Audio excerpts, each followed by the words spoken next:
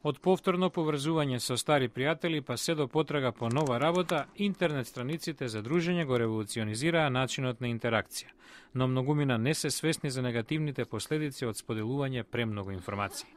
Тинејџерите се најранливи. Стручњакот за безбедност на интернет Рик Фергусон го анализира профилот на Facebook на еден студент во потрага по потенцијално компрометирачка содржина.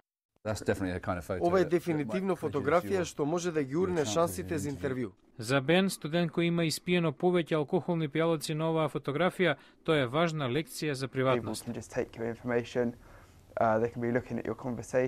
Луѓето ќе ги видат фотографиите, ќе ги прочитаат коментарите. Дури и да избришете некој можеби направил и чува копија од фотографијата, без да знаете. Работодавачот Фил Лейн вели дека многу сопственици на фирми се држат до конзистентноста, дури и кога станува збор за интернет.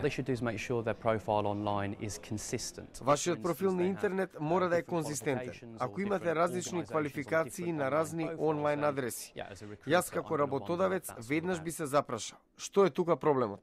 Но има и добра страна од преголемото експонирање на интернет. Например, ако некој бара работа во областа на маркетингот, тогаш неговите маркетинг и комуникациони техники лесно може да се проверат од она што го огласил на интернет. Експертите порачуваат, најдобар начин како да се однесувате кога ставате некоја содржина на интернет е да имате наум дека целиот свет ве наблюдува.